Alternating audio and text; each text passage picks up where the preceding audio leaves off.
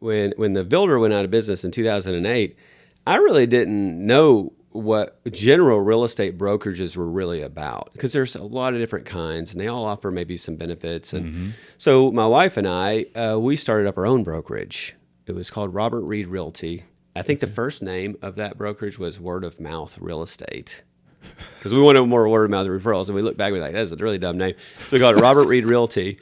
And for the whole benefit of just keeping our commission. We were like, well, why would we work for anybody else? I mean, why would we share our commissions? We know how to do this. We've been doing this for a little while. We got this down. So we got my broker's license. We opened our brokerage. And sort of a destiny thing, I had a tenant that was leasing a property that we owned who asked me to vacate that property a little early. Her daughter moved to California. She wanted to move there. She'd been a great tenant. I said, absolutely, you can do that.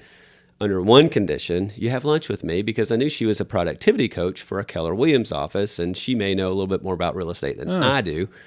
And so I said, if you have lunch with me and you share with me some little tips and tricks, then vacate, terminate, whatever you want to do.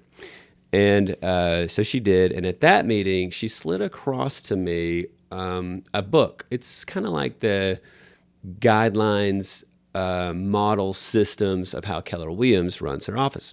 Okay. Up until that point, do you remember the book, The E-Myth? Entrepreneurial Myth. It was an older book, been around a long time. It basically tells you how to systematize your business, how to scale your business, how to grow your business. And I had listened to that thing and taken notes and books. I still probably have my books in my office in there like 9 times. I mean, this is like a 13-hour series. I was like, how can I do this? How can I scale up? How do I build? Like, what does this look like?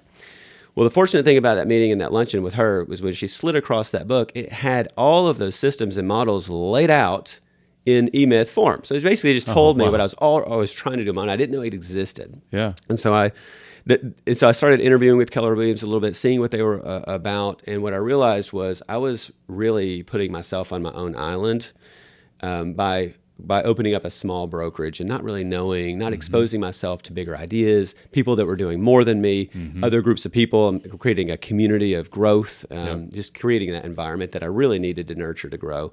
And that's where we found in Keller Williams was that it existed there. So I think the benefit of a bigger brokerage isn't just that they can take off some of the compliance off your back and some of the broker issues so you can focus on sales.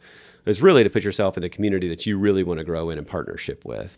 And so we've really been with Keller Williams since then and have feel like we created a great partnership.